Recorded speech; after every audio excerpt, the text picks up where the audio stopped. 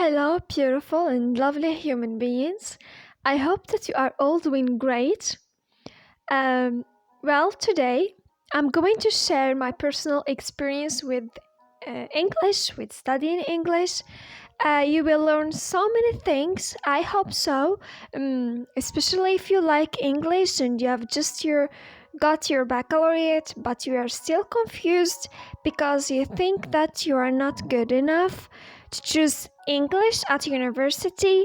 Well, there is always a chance to improve your skills, and you will realize that after this story. So, stay tuned.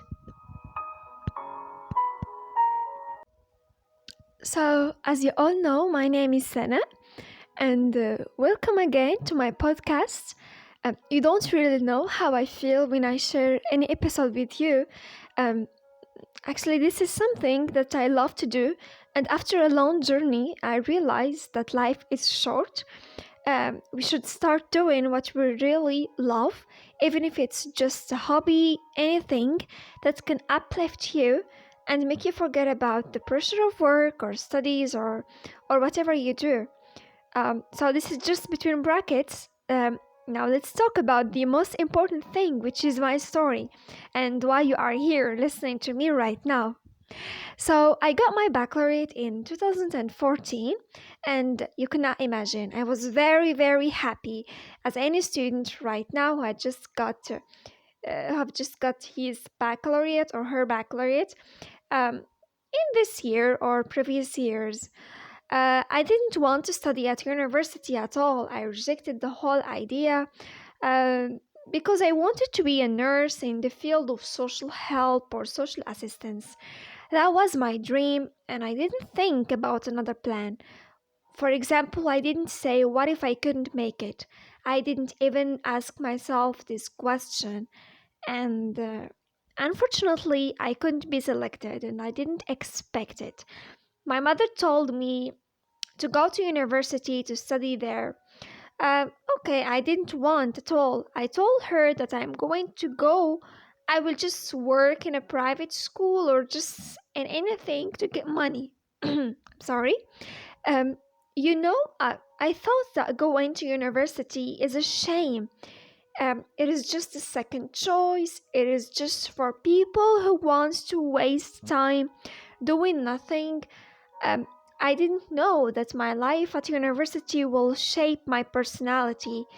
My mother tried to convince me. She told me that you can just register at university to be able to get scholarship. To get money. Scholarship, that's good. I'm not going to attend classes. I will just get some money to get my clothes, to buy anything that I wanted. So I didn't think about attending university to study, but just going there to register, not attending classes, just to get money from the scholarship, and I will enjoy my life, and that's it. I didn't have any goals or any dreams. It was just like this. So now let's talk about something more funny. People normally choose a field. They try to choose a field at university, a field that they like, something that they really like to study there. But me, actually, I didn't even know what I'm going to choose. I went there and I was looking for departments where there are just few students because I didn't even want to wait a lot of time there. And the Department of English Studies was the last choice. There were just few students there, and I had to wait just for a few minutes to register, and I can go back home. So this is how I actually opted for English. So not because I had any plans or something like this. I just went there to looking for departments where there are few students, and that's it. So by the way, I didn't get a good mark in the national exam. In English, it was just 12, I think. Yes, 12 out of 20. So my English was not that good. I wasn't even able to differentiate between him and her. I wasn't good at all. And then my parents, I actually need to thank them right now because they convinced me to pursue my studies.